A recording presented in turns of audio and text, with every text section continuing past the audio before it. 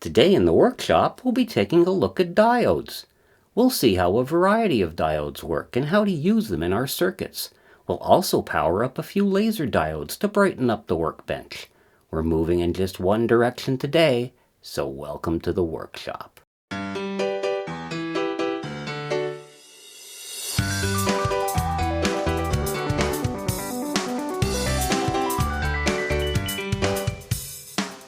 Well, hello and welcome to the workshop, and today we're going to be working with one of the oldest and most fundamental electronic components there is, the diode.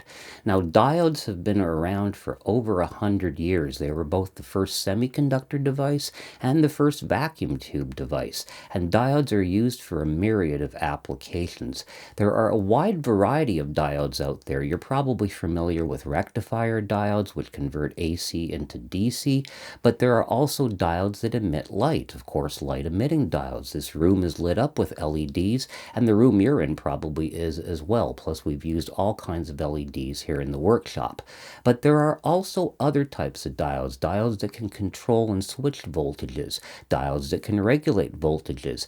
Diodes that can detect light, and other types of diodes that can emit light. In fact, we're going to finish today's episode off by playing around with a bunch of laser diodes and seeing what kind of damage to the workshop we can do with those.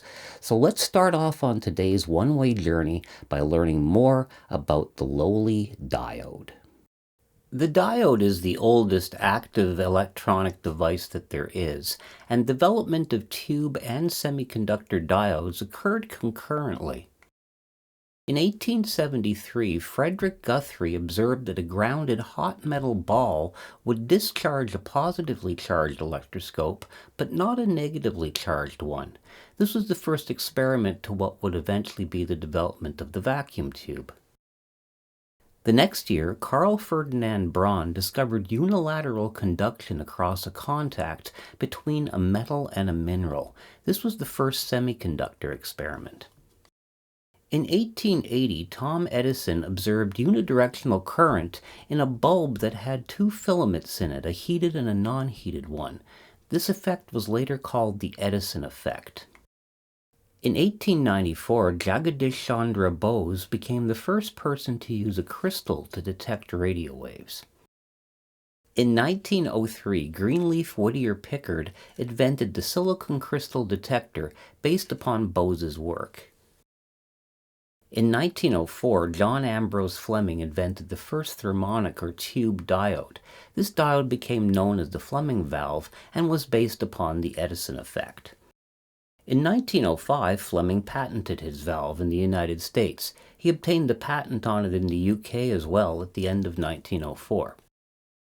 And in 1906, Greenleaf Whittier Pickard patented the silicon crystal detector, the very first semiconductor patent.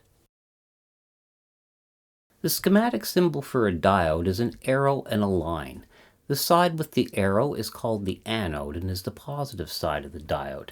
The other side of the diode is known as the cathode. These names were derived from the original tube or valve type diodes. The basic operation of a diode is pretty simple to understand. To illustrate this, we'll use a battery, which is a DC power source, and a load consisting of an incandescent bulb. We'll connect the cathode of the diode to the negative side of the battery. The positive side of the battery will be connected to one terminal of the light bulb, and the other terminal will be connected to the anode of the diode.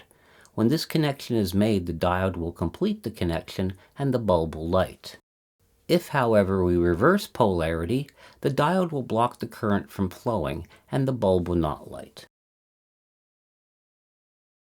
The arrow in the diode schematic symbol indicates the direction of standard current flow. Note that standard current flow is actually opposite to the direction that the electrons flow in the circuit. A lot of people blame Benjamin Franklin for this discrepancy, but it's really unfair to blame Ben. First of all, it would be 106 years before Millikan's oil drop experiment showed the direction of actual electron flow.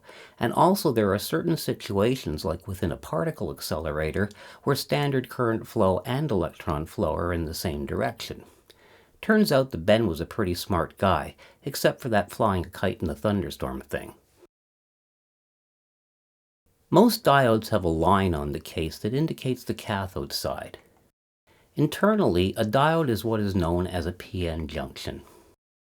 A diode consists of a semiconductor material that is doped with p-type electrons on one side and n-type on the other side. The division between the two sides is called the depletion region. When the diode is reverse biased, in other words polarity applied in the opposite direction, the depletion region will grow and it will prevent current from flowing through the diode. However, if we forward bias the diode, the depletion region will disappear and current will be able to flow through the diode. This graph indicates the operation of an ideal diode. When an ideal diode is forward biased, it will allow infinite current to pass. If, however, you reverse bias the diode, no current will be able to pass. In real life, however, a diode looks a bit different. If a diode is forward biased, it will only conduct after the voltage passes a certain threshold.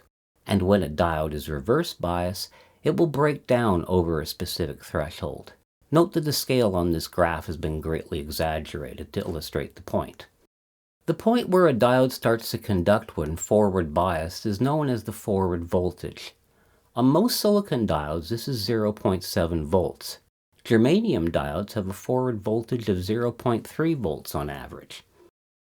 The point where the diode breaks down when reverse biased is called the breakdown voltage. You'll find these specs on the specification sheet for most diodes. Another specification that you'll find is the forward continuous current. Unlike the ideal diode, a real diode cannot handle an infinite amount of current.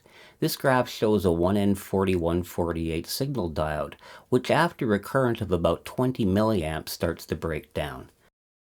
So is it a diode or is it a rectifier? This is a question with no definitive answer. Many people would call small signal diodes and diodes that conduct power to be rectifiers. Some would say rectifiers are large diodes that conduct over 1 ampere of current. At any rate, diodes and rectifiers perform essentially the same function. And there are many different types of diodes, and today we're going to look at a few of them. So we're going to begin our diode experiments with rectifier diodes. As I explained earlier, rectifier diodes are a class of diodes that can handle current and are usually used in order to convert AC into DC or in order to switch both DC and AC current. We're going to begin with a very common configuration for a rectifier. This is where you take 4 diodes and arrange them in what is called a full wave or a bridge rectifier. A bridge rectifier can be bought as a separate component, or you can build one yourself. Let's take the lid off and see what's inside. In a bridge rectifier, you'll find 4 rectifier diodes wired in a diamond pattern as shown here. It works as follows. When the alternating current signal is positive on one side and negative on the other, the current will be routed through the diodes as shown here. When the AC reverses polarity, the current will be routed this way. A bridge rectifier is a very efficient method of converting alternating current into direct current. These devices are used in linear power supplies and pretty well anywhere that you need to convert AC into DC. Let's go and wire one up on a solderless breadboard. Now I have a demonstration for you of the effect of a filter capacitor on the output of a bridge rectifier circuit. And what I have is 2 bridge rectifiers set up on the same solderless breadboard. I've got a bridge rectifier here, and this is a bridge rectifier module. Now rectifier modules are really very handy things when you're wiring stuff up. I would advise you using these if you want to use a bridge rectifier because they're so simple to use. They've got 4 terminals on them, and they're labeled as the 2 AC inputs and the DC output. Many rectifier modules like this one have a method of mounting themselves onto a chassis or a heat sink to dissipate heat. This one has a hole in the center of it. I've also got a standard rectifier just set up over here with 4 diodes in the classic diamond configuration. These are 1N4004 rectifier diodes. Now, all of this is powering LEDs. Both of them are powering LEDs with dropping resistors. But on this side, I've added a filter capacitor. This is a 680 microfarad electrolytic capacitor. The value isn't too critical. I just grabbed one from the parts drawer. Just make certain that you get it in the correct polarity. Now, we'll start off over here by just measuring the voltage going in. I've got some AC voltage feeding this right now from a transformer. And it reads about 7.8, 7.77 volts AC. And so now we'll just flip the meter into DC mode and see what we're getting on the output from the filter capacitor. And it looks like we're getting almost 9 volts, 8.96 volts. Now let's check the other output, the one that doesn't use the filter. We seem to be getting a lot less voltage, 5.88 volts. Now, to understand what's really going on here, we need to put away the meter and look at the oscilloscope. And so let's do that. We're going to put the scope on the first output, the one that had the filter capacitor. And what we see over here is a fairly clean output, fairly standard output of voltage, no problem over there. Let's go and take a look at the one that doesn't use the filter capacitor. And I think you can see what our problem is. Now this looks a lot like AC. In fact, it's measuring out here at a frequency of 119 Hertz. It should probably be 120. It's double my line frequency of 60 Hertz. But this isn't AC. The baseline is down at the bottom. These are all positive DC pulses. And what this is both sides of the AC waveform. We're getting 2 of these for every cycle of AC, and that's why we have this pattern.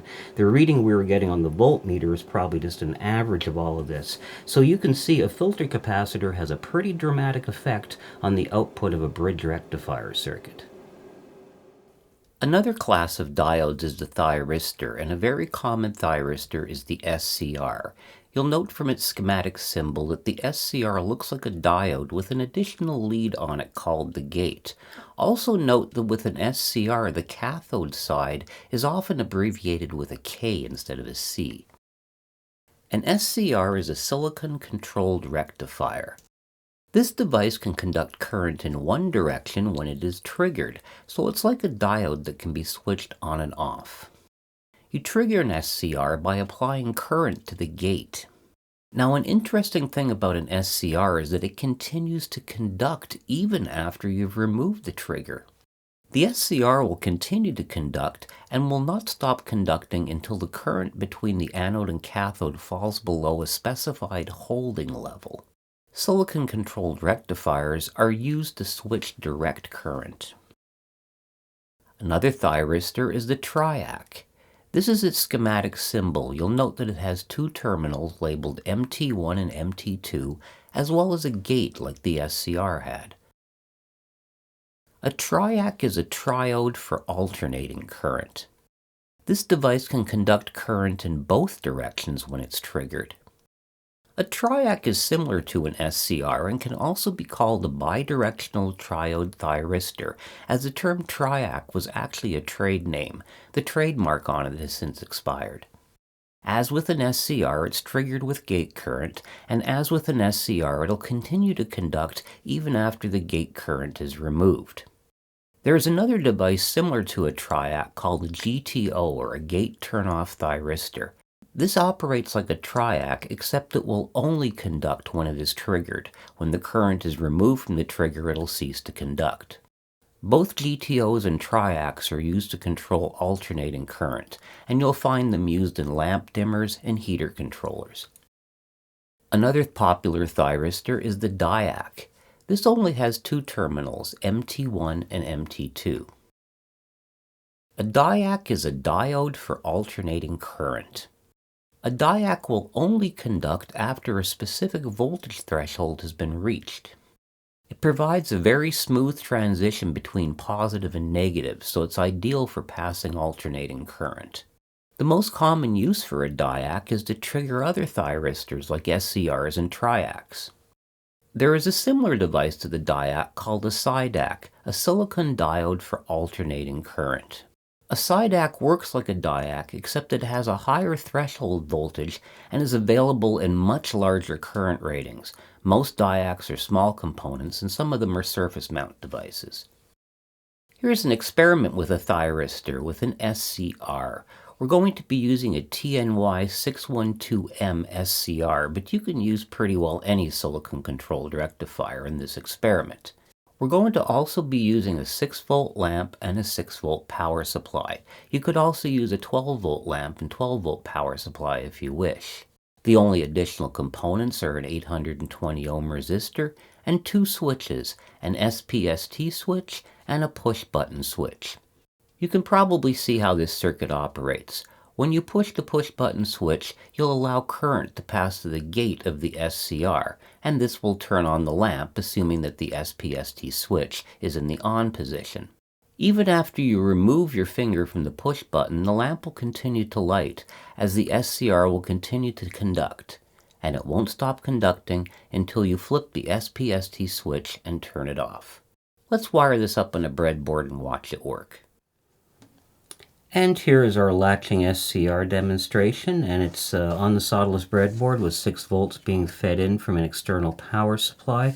Now there's really not too much to the demo, of course, because there's not too many components. I've got the SCR over here, the resistor down here, and over here this push button is going to be my trigger point, and this switch is the switch that allows me to switch the ground on and off. And so this is going to trigger everything, so if I press this, we indeed trigger the lamp, and this is my 6-volt lamp, my load.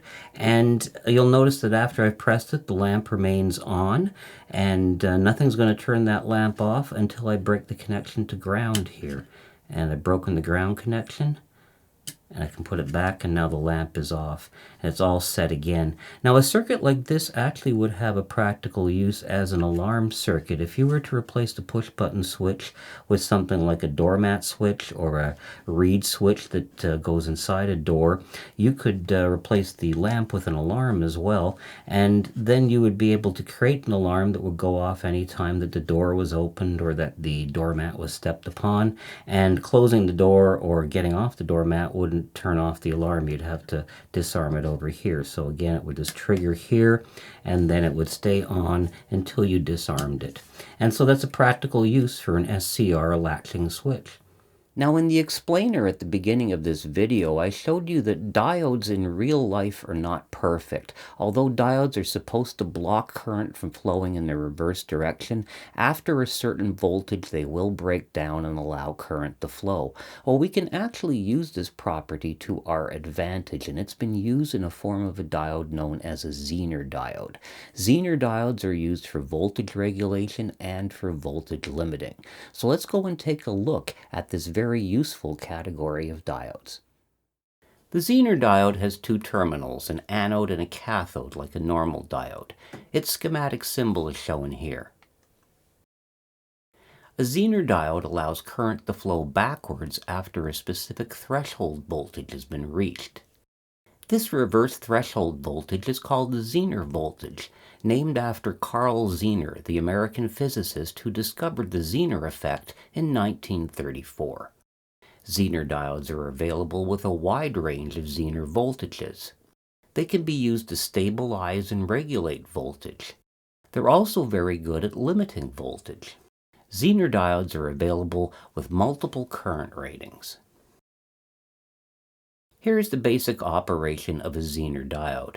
The Zener diode is connected to an input voltage through a current limiting resistor. Note that the Zener diode is connected backwards to a normal diode. The voltage across the resistive load will be equal to the Zener diode's Zener voltage. And here's a fun experiment we can do with Zener diodes, and it actually creates a somewhat practical instrument. Here we have a series of Zener diodes with different Zener voltages. They're each connected to a dropping resistor and an LED, and when the voltage reaches a certain threshold, the LED will light. Now note that the LEDs will not light at the Zener voltage. Remember that the LEDs themselves have voltage drops as well, so that voltage that they'll indicate is probably about 1.5 or 2 volts higher than the Zener voltage. Another thing you'll note is that the dropping resistors are different for every leg. This is because as the voltage increases, the current is going to increase as well. And in the first leg, where there's an 8.2 volt Zener, only 8.2 volts will have been dropped. The resistor is going to handle the rest. You might wonder about that 470 ohm resistor with the white LED. I just did this through experimentation because I find my white LED was very, very bright.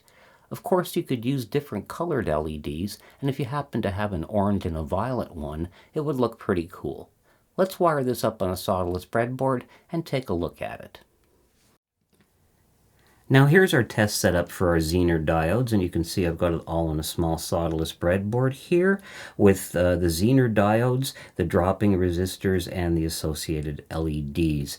Now we're going to test this out using a variable power supply, and the supply we're going to be using is a linear power supply that we built in an earlier episode of the DroneBot workshop. So if you'd like to put one of those together yourself, you can check that out. Now the supply has both a variable and fixed outputs, and we're using the variable output, and we're going to apply voltage to this and watch the LEDs light. Now I've got 2 meters here. The first meter, this yellow one, is measuring the output of the power supply. So you can see right now we're putting out about 9 volts and none of the LEDs are lit. The second meter we're going to use to measure the voltage drop across the Zener diodes after we get everything lit up. So let's increase the voltage and see if we can light something up. And as we get toward 10 volts, we're lighting the first one. Now that is of course the 8.2 volt Zener, but keep in mind you also have to take into account the drop of the LED as well. And so when you factor both of those in, it's just a little below 10 volts when that comes on. And we'll move it up a bit more, a little over 11. We've got the second one. Here we've got just 11.9 something, and the yellow LED is on. Now there's quite a gap here as I recall. Yes, to get the green one on 13.97, about 14 volts. And one of the reasons there's such a big gap is the green LEDs, I believe, have a larger voltage drop, and so that's being factored in as well. And we're going to light the blue one over here, 15.6 I think that says. And finally the white one at the end, just a little below 16. Okay, so now that we've got voltage on all of them, let's test out the Zener diodes themselves. We're going to be using this meter in order to display the voltage across them. And we'll get to the first one. And it's 8.32, and of course it should be 8.2, so it's not that far off. Second one reads 9.48, it should be 9.1. And the third one's reading 10.36, it should be 10. Now this should be 11. And it's actually reading, oh, let me get that again, I'm sorry. 11.76, which is quite a bit off. And I went through a couple of 11 volt Zener diodes, and they all did about the same thing. This one here is 12.25, and it should be 12. And the 13 volt Zener diode, 13.05, which is pretty close. Now, one thing I should mention is that the dropping resistors are also affecting these readings slightly, and they may not be the optimum values. So you could experiment with that, or perhaps even use trim pots if you wanted to make the optimum values. But it's a good test for Zener diodes, and also could even be a practical instrument, as the voltage range it covers is around the same range that you'd have with a car battery. So you might be able to make a simple tester just using a bunch of Zener diodes, LEDs, and resistors, and you couldn't really get a much simpler circuit than that, and quite easy to do thanks to the power of Zener diodes. Now, the next category of diodes that we're going to look at is a category that I don't really have a name for. I could have called these other diodes. I could have just called them assorted diodes, but I'm going to call them exotic diodes. Now, admittedly, not all of them are that exotic. They're all basic electronic components, but they all have unique characteristics, some of which you could use in some of your circuits. So let's go and take a look at the more exotic side of diodes. The first of our exotic diodes is the Avalanche diode, whose schematic symbol is shown here. An Avalanche diode is similar to a Zener diode in that it experiences a reverse breakdown at a specific voltage. It makes use of the avalanche effect, which is similar to the Zener effect. Avalanche diodes are used for surge protection, and in this application they're better than Zener diodes or gas discharge tubes. They're also used for RF and microwave noise generation, as the diodes inherently generate electrical noise. This noise source can also be used for a random number generator seed. Another application for avalanche diodes is as a light detector, as they can be sensitive to photons. The next diode we'll look at is the tunnel diode, whose schematic symbol is shown here. This diode is also known as an Esaki diode for its inventor Leo Esaki. The tunnel diode works at very high frequencies of a gigahertz or even higher. It's used in RF and microwave oscillators and detectors. Tunnel diodes are also used for fast switching applications. Most tunnel diodes are made of germanium, but they can also be made of gallium arsenide or silicon. Another very common diode is the Varactor diode. This diode goes under several different names. It can also be called a Varicap diode, a variable capacitance diode, or a tuning diode. Varactor diodes are used as voltage-controlled capacitors. The capacitance across the diode changes with the amount of reverse bias applied to the diode.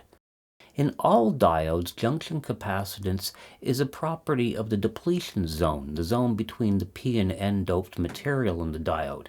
In a Varactor diode, this area has been enhanced. These diodes are used for phase lock loops and other tuning circuits. They can also be used to tune oscillators and filters.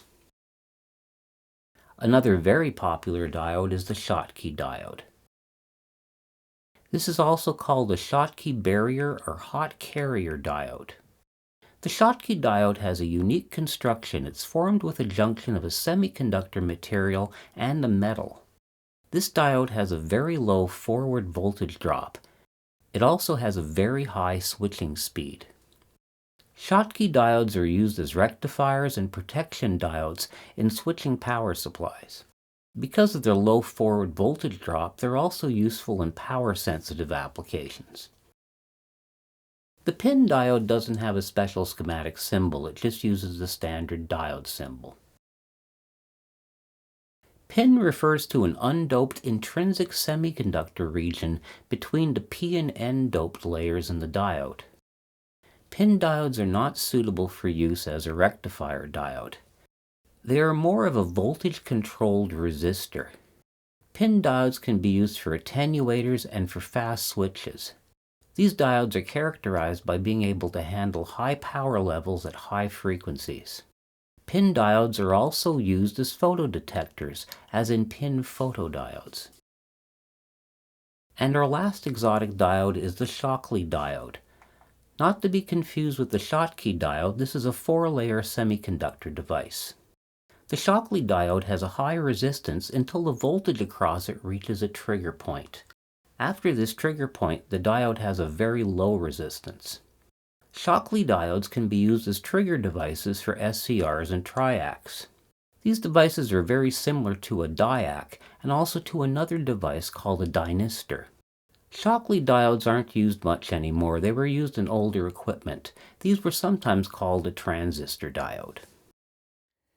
Now, when we took our admittedly crude look at the subatomic structure of a diode, we could see that diodes work internally by controlling the flow of electrons. Well, another elementary particle that is very similar to an electron is the photon, and diodes can interact with photons as well. Diodes can detect light, and diodes can also emit light. So let's go and take a look at the light properties of diodes. The first light-related diode we'll look at is the photodiode, whose schematic symbol is shown here. It looks the same as a regular diode with a couple of arrows indicating the incoming light. A photodiode works when photons striking the diode's depletion zone excite electrons. This happens in all diodes, but in photodiodes the effect has been enhanced. This produces an electrical current which is called a photocurrent. Photodiodes can be made sensitive to different wavelengths of light, so you can get photodiodes for infrared, visible, and ultraviolet light. They can operate in two different modes. In photovoltaic mode, a photodiode produces electricity when it receives light. In photoconductive mode, the photodiode changes conductance when it is reverse biased and it receives light. Photodiodes are similar in operation to phototransistors.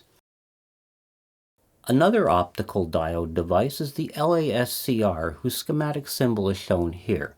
It looks like a regular SCR, except again it has the two incoming light beams and it does not have a connection to the gate. An LASCR is a light-activated silicon-controlled rectifier. This is an SCR that is triggered by photons as opposed to current on its gate. LASCRs aren't too popular as individual components, but they're used within some optoisolators. As with a regular SCR, they'll conduct current even after the light exposure ceases. In order to stop conducting, the current needs to fall below the specified holding level. LASCRs are used to switch direct current. A similar device is the opto-TRIAC, whose schematic symbol is shown here. It looks like a TRIAC schematic symbol without a connection to the gate. As you may suspect, an opto-TRIAC is a TRIAC that is triggered by photons. Otherwise, it operates like a standard TRIAC. It's used a lot within optoisolators and as an individual component to switch alternating current. Now, if we had to give a prize for the most popular diode in the world, the LED would certainly win it. Here is its schematic symbol, which is a symbol of a regular diode with two arrows indicating the emitted light. An LED is, of course, a light-emitting diode. An LED emits light when current is passed through it. The color or wavelength of the light is determined by the band gap, an area in the semiconductor that is neither positive nor negatively doped. LEDs have been commercially available since 1962, but they didn't start rising in popularity until the mid-1970s. They're used for displays, indicators, and for general illumination, as well as a multitude of other applications. LEDs are available in a wide spectrum of light, from infrared through all the visible colors and into ultraviolet. When using an LED, you'll require a current-limiting resistor to limit the current through it. And the last light-related diode we'll look at is the laser diode. Its schematic symbol is similar to that of an LED, with an extra line in the center to indicate its coherent light. Laser diodes can also just be abbreviated as LDs or ILDs for injection laser diode, which indicates the manufacturing technique used in most of them. These diodes work by creating a lasing condition at their junction when current is applied. A laser is light amplification by stimulated emission of radiation, and in a laser diode, the stimulated photon emission happens through molecular transitions. This means that when electrons drop from one level to another, they produce photons. The stimulated emission occurs when this process is repeated. Laser diodes are used in optical disc readers and writers, for communications, and for medical and industrial purposes. Let's go take a look at a few laser diodes now. And here's a small collection of laser diodes I have for you. Now, the majority of these laser diodes have built-in constant current drivers, and let me explain that. Laser diodes require a constant current driver. You don't just apply voltage to a laser diode. A constant current driver is a fairly simple circuit. You can make it with an LM317 voltage regulator, and a lot of buck converters can be run in constant current mode. As well, a lot of power supplies have a constant current mode, but you'll need that to drive a laser diode directly. However, most of these diodes don't require that because they already have a constant current driver built into it. In fact, there's only one of them here that is actually a true laser diode, but there's quite a variety. You can see quite a few sizes. This is a pretty standard one that you get with those 37-in-1 experimenter kits, and it's a good way to start off with laser diodes. It can be run off of 5 volts, and of course, as it has a current driver, there's no problem on it. Here's basically the same laser diode, just with a couple of leads on it, and these are really cheap. They use a lot of these for laser pointers and that, so they're very inexpensive. Now, these bigger ones are made by Adafruit, and they're pretty neat.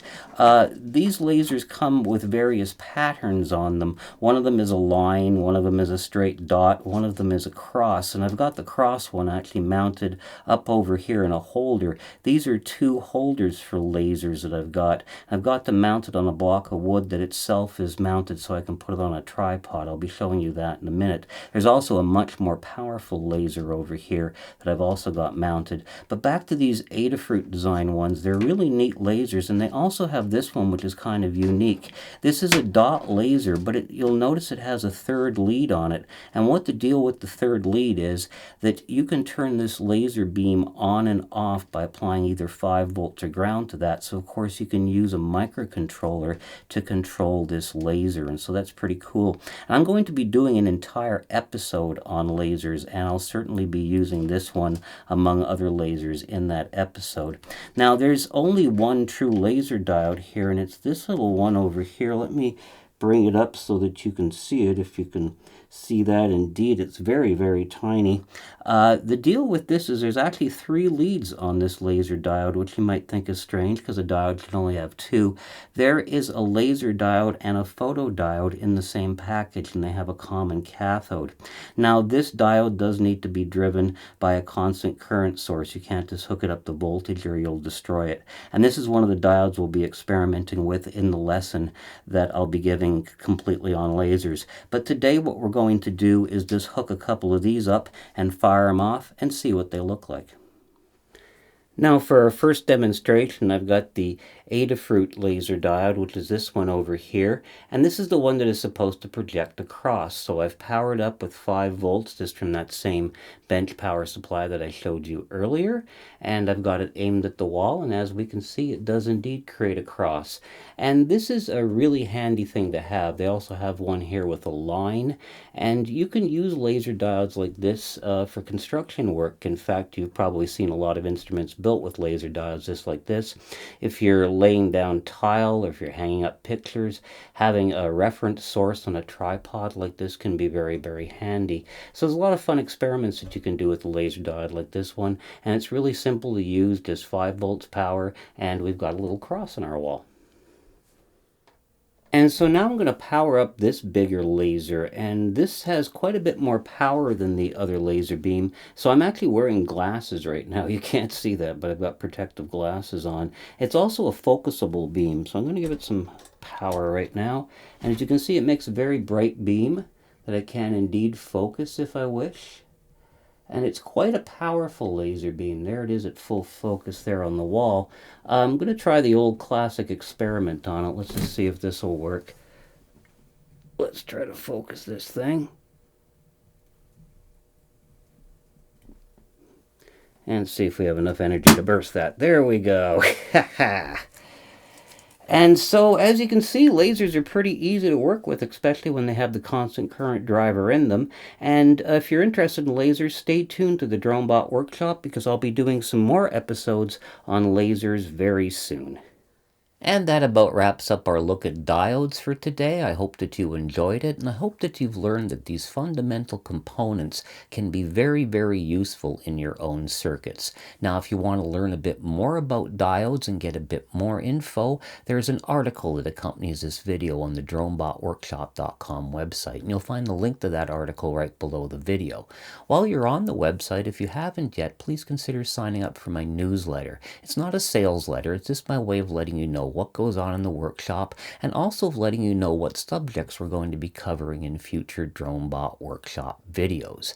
If you want to discuss diodes, the DroneBot Workshop forum is a great place to do that. You'll find a bunch of like-minded individuals who can help you out with your electronic projects or who just like to talk shop, and it's free to join the forum. Another thing that's free to sign up for, of course, is to subscribe to the YouTube channel. So if you haven't done that yet, please do. I love to get new subscribers, and I'd love to make you the next one. All you need to do is click on that red subscribe button, and if you click on that bell notification, and if you happen to be one of those 10% of the people who subscribe to me who actually have notifications enabled, you'll get notified every time that I make a new video. You might want to check those notification settings. So until we meet the next time, please take good care of yourself, please stay safe out there, and I will see you soon here in the DroneBot Workshop. Goodbye for now.